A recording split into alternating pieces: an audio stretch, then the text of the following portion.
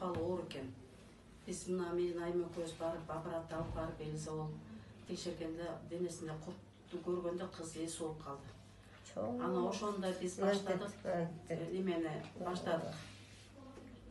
Процедураны баштадык. Баштаганда эле биз адегенде кыз өтө слабый экен. Концепти бере баштадык, адаптируется организм депчи. Андан кийин биз витамин бере баштадык да. Витамин берип баштаганда эле ошол концепти бергенден кийин 2 күндөн басып кыз жашынакай болуп тамак ичип, идиштерибиз көтөрүп чыгып бараттыр. Ушунчалык сүйүндүм. Ал кызды мен жакшы болуп кетерине көзүм жетпей деле калган, кудайчылыгычы. Кыйын корком да. Баягы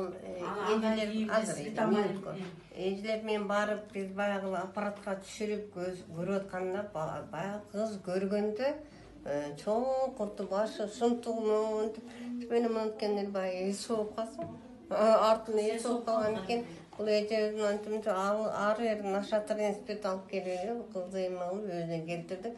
Анан ошол убакта биринчи барганда мен биринчи кызды көрөйүнчү дедим. Жаткан жерден тургузуп анан кичине чечиндирип көрсөм алар сөөк, акыректери, аырты вообще ребралары совсем саналып калган.